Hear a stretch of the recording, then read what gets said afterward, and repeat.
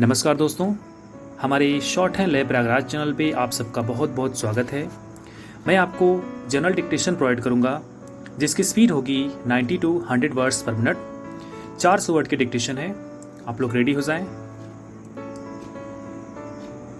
Start. We live in a world of conflicts and it the world goes on undoubtedly because of the cooperation of nations and operation, and there is today a vast amount of cooperation even between countries which are opposed to each other in the political or other fields. Little is known or said about this cooperation that is going on, but a great deal is said about every point of conflict, and therefore the world is full of the idea that we live on the verge of disaster.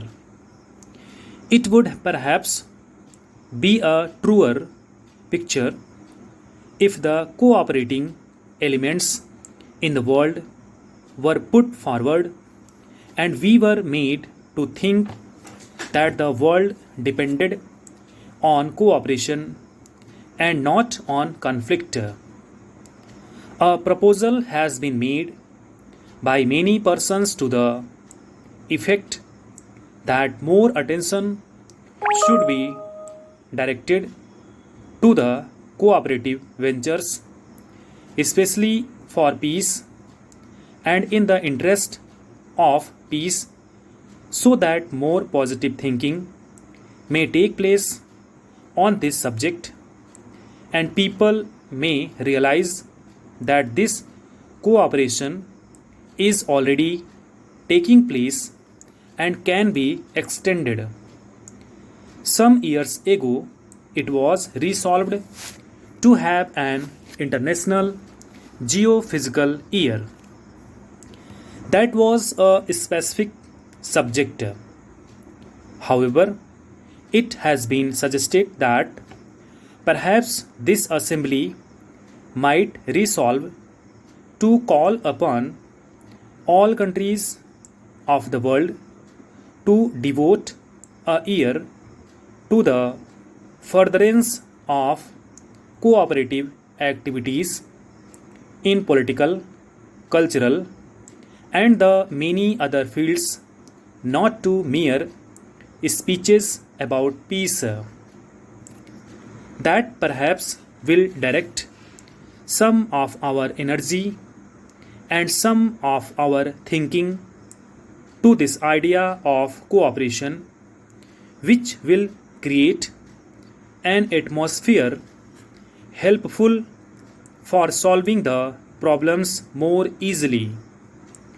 That by itself will not solve any problem, but it will lessen this distrust and conflict which affect the world. I make this suggestion to you not in any detail but broadly, so that this assembly might consider it, and if it is worthwhile, perhaps appoint a committee to consider it further and make suggestions as to how this might perhaps be done. The great men of the world have been those who have fought hatred and violence, and not those who have encouraged it. We have arrived at the stage when even in some worthwhile cause, hatred and violence have to be checked. This requires a new way of thinking, a new development of humanity. Possibly we are going through that process, and this very crisis will wake up the mind of man and direct it to this new way of thinking. What shall it profit the world if it conquers the material ills and then commits suicide because it has not controlled its own mind?